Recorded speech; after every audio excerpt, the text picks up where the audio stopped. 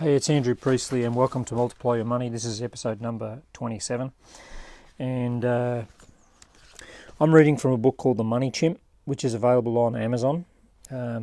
Spend less, save more, get out of debt faster. And this is available as a Facebook group, as you know, and it's also available as a LinkedIn group, and you can also listen to the podcasts, okay, on Spotify and on Apple Podcasts, but you can get the book on Amazon. And what I've been chatting about is, let's just go back over the basics, right? The basics are, I did a lot of research. I read over 140 books. I looked at over 300 websites. I did 43 courses on managing money, and I identified 5 activities and 5 skills. So there's five money activities, and the money activities are earning, the key ones: earning, spending, saving, giving, and investing. Okay, so those are the key activities. And the 5 skills are monitoring. Hey Andy, cup of tea time. Monitoring, setting targets, trimming your spending, training yourself, and then taking action. Okay, and of course nothing happens if you don't take action. Okay, and looking at it, just having a look at a lot of reading. If I could sum it up into the 3 big takeaways that I got from doing all of that reading and that research was: 1, spend less than you earn, and number 2, plan for the future, and number 3 is make your money make more money. Okay, and a friend of mine, 2020, he talks about spenders and investors, and spenders spend more than they earn, and investors spend less and invest. Okay, so those are the basics, just playing catch-ups.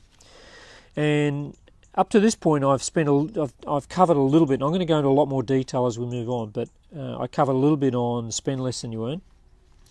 I covered a little bit of plan for the future, and I did a little bit on make money, make more money, and then I recently talked about 2 big showstoppers, and the 2 big showstoppers are legitimate obstacles. You know, there is no reason why I can manage my money legitimately, and the other obstacle is self-imposed limitations. So these are boundaries you're setting on yourself. Okay, it's usually to do with your mental software. It's your software around money. And I was chatting with Fanny Snaith, who you can find on the group, but if you can't, go on LinkedIn or go on Facebook and search for Fanny Snaith. She's in the UK. She's a money coach in the UK. She does a thing called Your Money Story, or Your Money Autobiography, where she starts looking at your earliest memories around money, and surprise, surprise, it figures out that how you are around money as a child is probably how you're still around money today. Okay, but it's all software. It's just mental software, right? It's stuff that you've made up, right? And it may be conscious or unconscious, but the way we know it's working is about how you feel about money, your relationship with money. So if I go back on what 2020 was saying, you know, spenders and investors, a spender will spend everything. They'll spend more than they earn, okay? And that's who they're being. That's their state, the state that they come from, right? And you know whether you're a spender or an investor. And an investor looks at the world totally different. They have a totally different way of looking at the world, okay? If you check down in resources, and you'll find someone called Jason Greystone. Have a look at his little video on just saving and spending. A great little video. It's in there. It's in the group there. Great little one where he talks about how to save money and then how to spend and invest your money. Okay. But occasionally, what happens is I get with people who, and I'm reading from the book now, right? Okay, I'm stuck. Got all that. See, I know all this stuff, I know all this stuff. And again, my friend 20 talks about, you know this stuff, it's in your heart, it's in your gut, where you're coming from the head. I know all this stuff, feel excited about it, but it ain't landing in the gut. He talks about that. And you can find him, if you search 2020 on Facebook, you'll find him. Okay, he's got some great videos just around that journey from the head to the heart to the gut. He's an expert on that, so chase up what he says about that. But I meet with people who say I'm stuck, right? And if you believe there's absolutely nothing you can do to change your financial situation, okay, and it doesn't feel like a legitimate obstacle, right? If you say there's nothing I can do, then I want you to understand that really it's your perception that there's nothing you can do. And here comes another tractor. I live in the country, and here comes a tractor. Look at this. And a truck. If that's your perception, then I want you to understand you're either persistent or you're highly committed to that mindset. And saying, look, I can't do it, there's nothing I can do differently, I want you to understand that it's almost like it's a little short circuit that says, well, if I can't do anything, then I don't have to think about this, right? So it's that little loop. You go into that loop. Well, I'm no good with money, therefore why even worry about money, right? It just is as it is, right? And I'm not talking about massive amounts of money. I'm talking about saving small amounts. It's getting, it's like if you have WD-40 in Australia and the UK, we have a thing called WD-40, which is you spray it on gears and it unlocks the gears. Now, be clear, I'm not suggesting you spray WD-40 into your ears here. I'm suggesting, though, you need some mental WD-40 to loosen those cogs up. That's why the book was written, to get you thinking, right? Get you thinking it through. See, but once you have that excuse and you're committed to that excuse, then why bother even trying to fix this, And we all act on what we believe to be true. So if you believe you're hopeless with money and no good with money, then what happens is you learn to accommodate that particular mindset. You start to act in accordance with what you believe to be true. If you believe I'm no good with money, well, then that's how you end up behaving, right? And you'll then procrastinate and abdicate responsibility and put off, and you'll promise yourself, I'll sort it out one day, but one day doesn't come because there's always something more to think about. You're watching reruns of Friends, or there's a video game you've got to play, or you've got to be somewhere, or you've got to meet someone up the pub or something like that. There's always something that'll get in the way of this, right?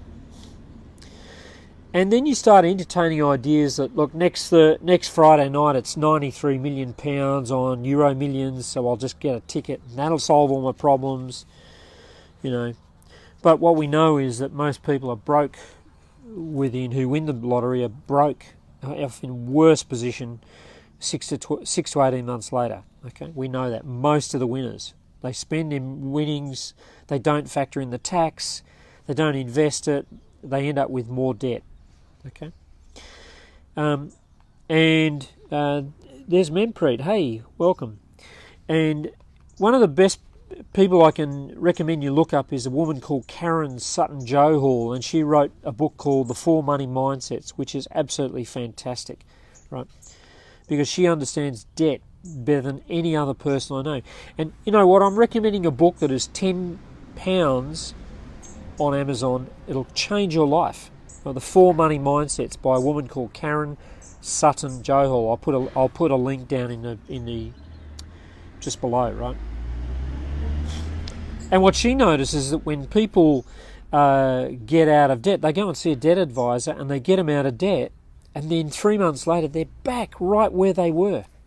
So what she's saying is the mindset hasn't changed, right? So it's the thing. This book is about changing your relationship with money by changing your mindset, by giving you some very practical tools to play with.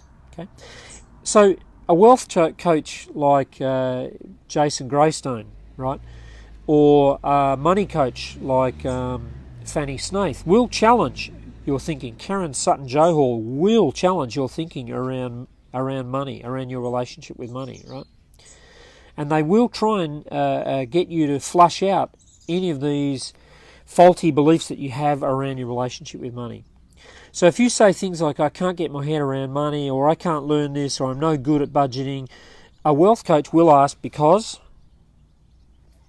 and they'll get you to fill in the blanks, right? And what they're trying to do is they're trying to flush out whether your reasons are legitimate or self-imposed. If it's just old software.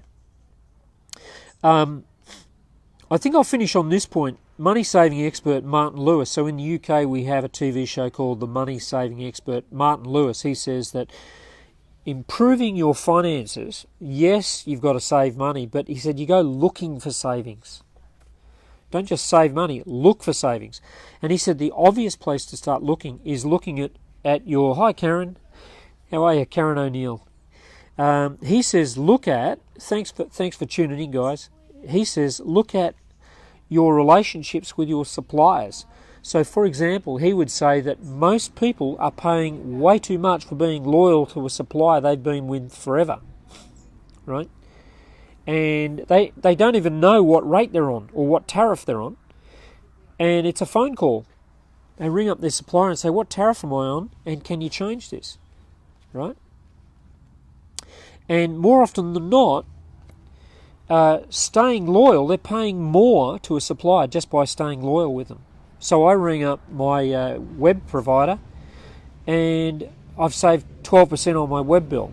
I talked to my energy supplier. I saved 29% on my current energy supplier, and I haven't even changed energy suppliers. They just put me on a different tariff, right? Just by asking. So most people don't even know that, and most people, believe it or not, have actually got credits that are held in cash with their energy supplier. And I checked that out, and I got a refund of £386 the other day. Simply because I said, can you put that money back in my bank, right? I'll finish on this quote. One wealth coach puts it this way: money isn't just about having a head for figures. It's about understanding your beliefs and behaviours and the unconscious inheritance you've received from people and events in your past. Okay, you can read about this in the Money Chimp. It's in my book on Amazon. Okay, the Money Chimp, it's on Amazon. Spend less, save more, get out of debt faster. Make sure that you join the Facebook group, Multiply Your Money. Make sure you scroll through. There's a lot of great videos. If you like listening, listen to it on the podcast. Listen to Spotify. Search The Real Deal, Multiply Your Money, Andrew Priestley, and you'll find me on there. Thanks for tuning in. If you're watching it on YouTube, make sure that you click subscribe and you click the little bell so that you get notifications of when the videos go up. But thanks for tuning up. I'll talk to you again on the next episode.